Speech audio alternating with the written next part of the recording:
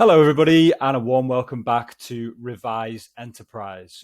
On today's channel, what we're going to do is we're going to have a look at section 1.3, which is putting a business idea into practice as part of the GCSE Edexcel business course 9 to 1. Specifically, we're going to target today the concept of margin of safety. So let's see if we can help you guys out, get a little bit more confident in this area of the course. So, starting point, learn objectives. These are the things we want to achieve on the short video today. So we want to know what the margin of safety is, first of all. We want to know how the margin of safety is calculated. And finally, explain the impact of changing revenue and costs on the break-even point. So, what is the margin of safety? How is it calculated? Essentially, the margin of safety is the gap that exists between the actual sales, what a company is currently outputting, and their break-even point. And the margin of safety formula, or simple formula, is actual sales or budgeted sales minus break-even sales. So it's essentially how many units they can afford to lose before they go back to that point, as we discussed in the last video, which is called the break-even point. So if we look at a typical business example, if a business needs to sell 1,000 units in order to break even, they're currently selling in excess of 1,800 units.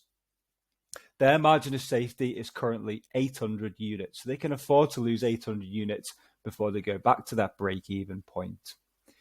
Often, when you're actually drawing out a break-even chart, you can also include the margin of safety as per this diagram here.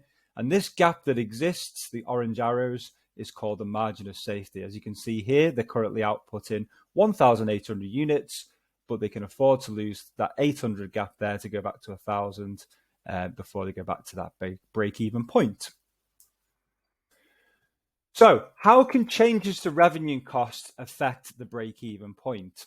So we're going to have a look at a typical example here. What could happen if a business lowers its prices first from £4 per unit to £3.50 per unit? So on the left-hand side here, we have a business that has prices of £4. On the 2016 model on the right-hand side, or chart, they have lowered the prices to £3.50. So what's happened is the break-even point is now a lot higher, which is a bad thing for this particular business. If they would lower their prices by 50p, what's happened is the total revenue line here has actually gone down significantly, as you can see by the 2016 model here. So instead of having to sell 1,000 units now to break even, they now need to sell roughly around 1,300 units in order to hit that break-even point, which is about 300 units more. This also works in the same context with costs. So at the moment, this total cost line for 2015 and 2016 looks exactly the same. So we can assume the total costs are pretty much the same for 2015 and 2016. If the business then gets a new supplier for the 2016 season, so they are able to buy their goods or services in a lot cheaper, you'll see this total cost line start to reduce.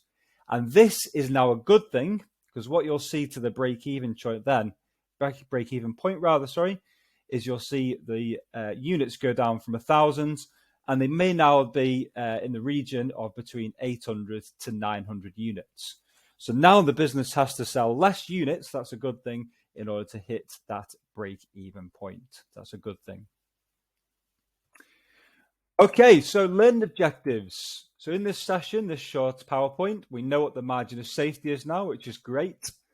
We've been through the calculation, so we know how the margin of safety is calculated. And then finally, if we change our revenue and costs, we've had a look at a working example again.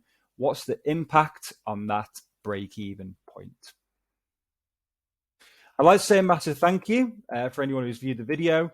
Please don't forget to like and subscribe to Revise Your Enterprise, and I'll look forward to seeing you on the next video. Take care. Baby, you give me ice and fire. You're chilling